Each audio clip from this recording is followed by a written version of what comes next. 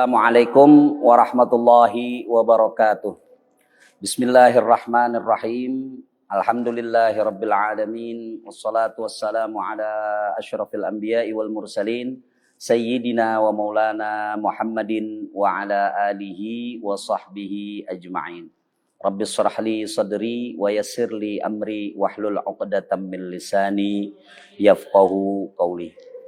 Para jamaah dan juga pemirsa sekalian, alhamdulillah saat ini Masjid Jami' At-Taufik menampilkan atau menyuguhkan kepada jamaah sekalian dan juga kaum muslimin muslimat tentang sejarah berdirinya Masjid Jami' At-Taufik, tujuan-tujuan didirikannya, dan juga khitoh atau garis perjuangan Masjid Jami' At-Taufik yang mudah-mudahan dari semenjak pendiri maupun para penerus nanti dapat melanjutkannya.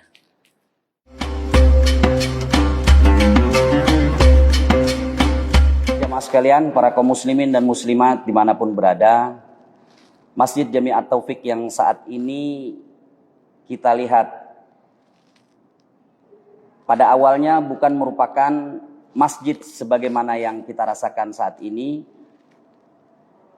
Dahulu masjid ini berupa langgar atau musola kecil yang pada dasarnya diperuntukkan khusus untuk keluarga dan juga para tetangga di sekitar bangunan langgar tersebut.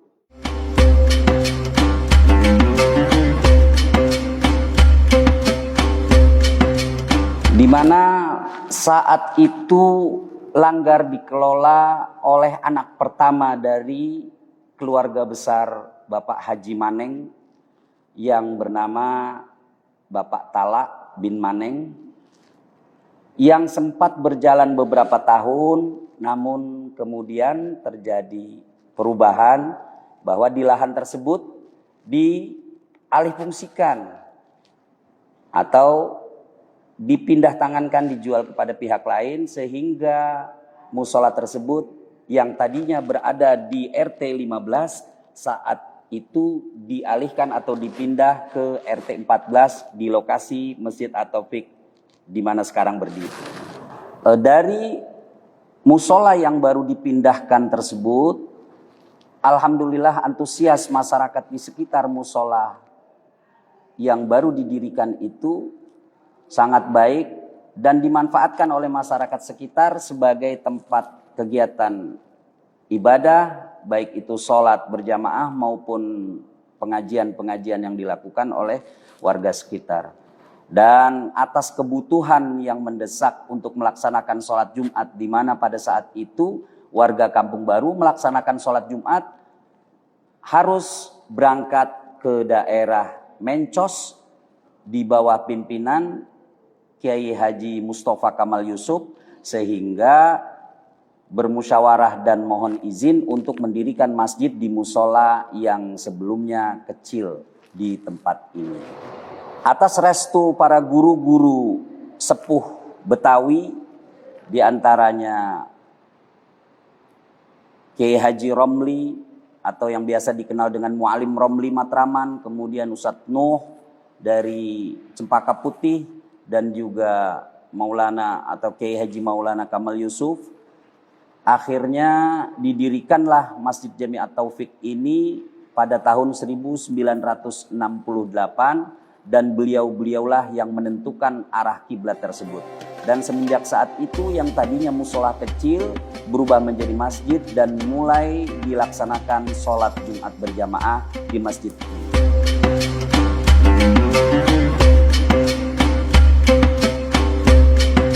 Dari keikhlasan seorang pemilik tanah yang bernama Haji Muhammad Hayat bin Haji Maneng, Masjid Jami' At-Taufik yang tadinya kecil kemudian dikembangkan menjadi sebuah masjid yang saat ini berukuran kurang lebih 400 76 meter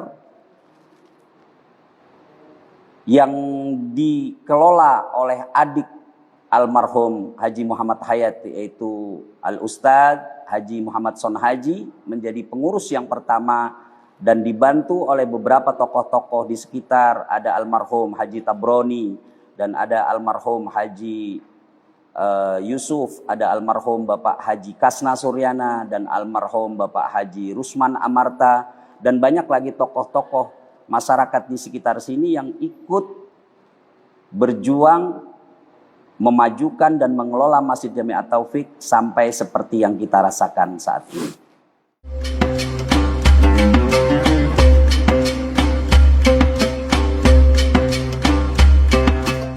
Dari mulai dipimpin oleh almarhum Al-Ustadz Haji Muhammad Sonhaji selama beberapa periode, kemudian beliau wafat dan digantikan oleh menantu beliau Al-Mukarram Al-Ustadz Haji Muhammad Hanafi, sampai beberapa periode juga.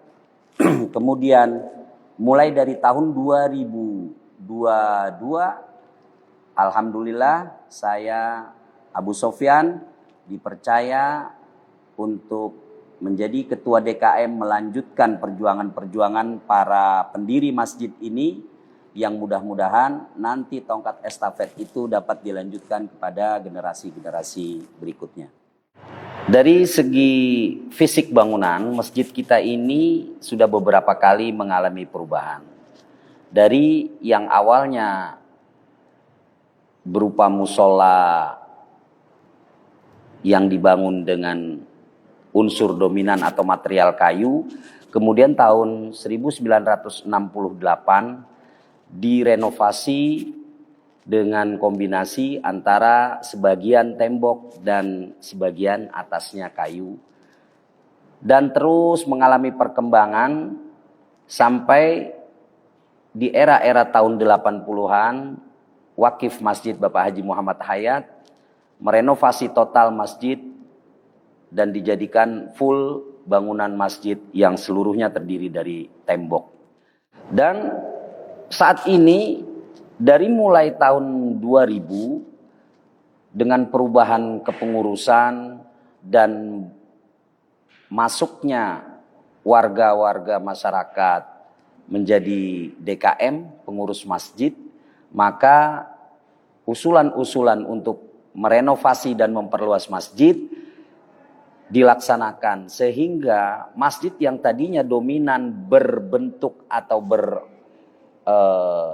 arsitektur pada umumnya sebagaimana bangunan-bangunan masjid di Timur Tengah dengan ciri kubah dan bulan bintang, kemudian semenjak tahun 2000 berubah menjadi bangunan yang lebih dominan dengan unsur nusantaranya, yaitu dengan mengambil filosofi dari Masjid Kudus atau Menara Kudus yang tidak menonjolkan kubah namun menonjolkan limas atau atap yang persegi.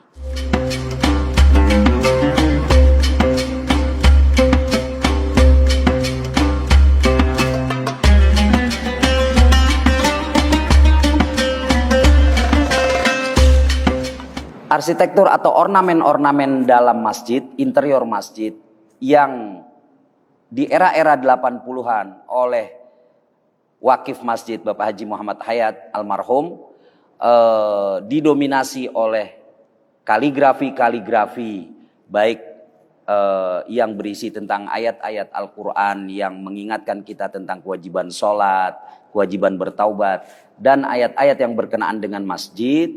Kemudian di era 80 sampai 90 mulai bergeser, dan puncaknya pada hari ini semenjak tahun 2000 kita sudah tidak menggunakan lagi ornamen-ornamen kaligrafi di dalam bangunan masjid atau sebagai interior masjid, karena kita lebih mengedepankan unsur nasionalisme yang di dalamnya menerima berbagai macam unsur dan aliran dari jamaah kita.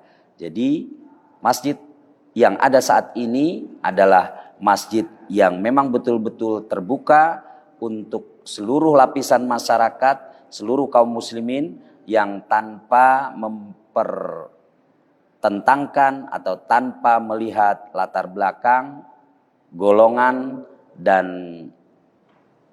aliran-aliran yang mereka anut. Masjid Jami At-Taufik yang saat ini kita saksikan adalah masjid yang tidak hanya berfungsi sebagai tempat ibadah mahdhoh seperti sholat 5 waktu atau sholat tarawih dan sebagainya, namun juga Masjid Jami At-Taufik terbuka untuk kepentingan-kepentingan sosial kemasyarakatan dan pendidikan. Di antaranya ada pengajian-pengajian yang dilaksanakan pada subuh pagi yang dipimpin oleh Al-Mukarram Wal-Muhtaram Kiai Haji Hasan Mushodiq Al-Mahsubi, dan juga ada pengajian mingguan setiap minggu malam Senin ba'da maghrib yang saya pimpin. Kemudian juga ada pengajian-pengajian bulanan yang kita mengundang guru-guru, baik itu habaib maupun kiai-kiai dari luar, dan juga ada beberapa kegiatan-kegiatan mingguan seperti ibu-ibu PKK dan ibu-ibu RT menggunakan masjid kita ini sebagai tempat berkumpul dan melaksanakan rapat dan juga kegiatan-kegiatan sosial lainnya. Di samping itu juga setiap tahun kita melaksanakan penyembelihan Idul Adha yang itu fungsinya juga sebagai bukti kepedulian sosial kita kepada jamaah di sekitar Masjid Jami At-Taufik.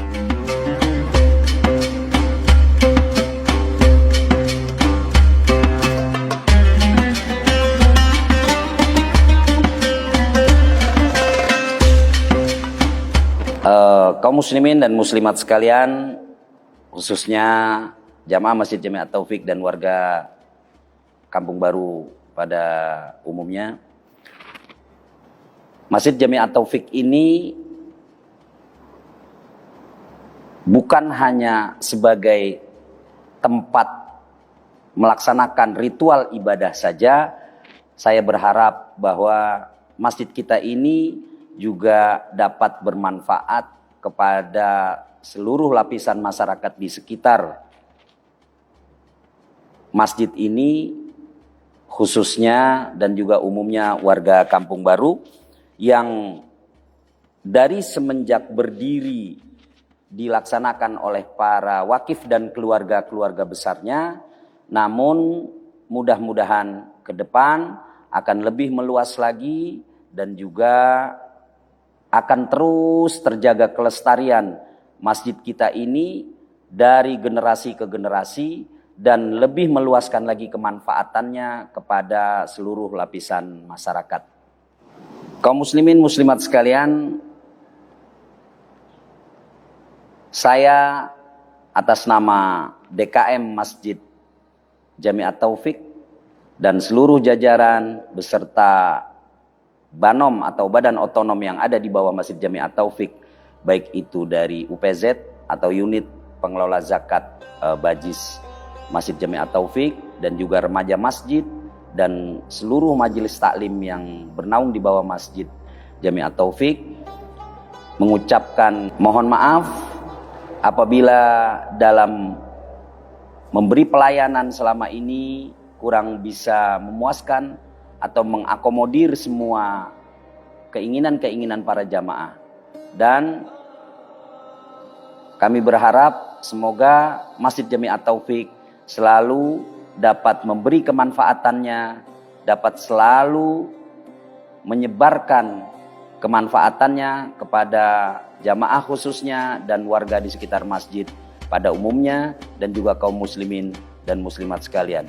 Dan mudah-mudahan masjid kita ini akan terus terpelihara, berjalan dan semakin maju dari generasi ke generasi. Sekali lagi, saya mengucapkan terima kasih dan mohon maaf. Wassalamualaikum warahmatullahi wabarakatuh.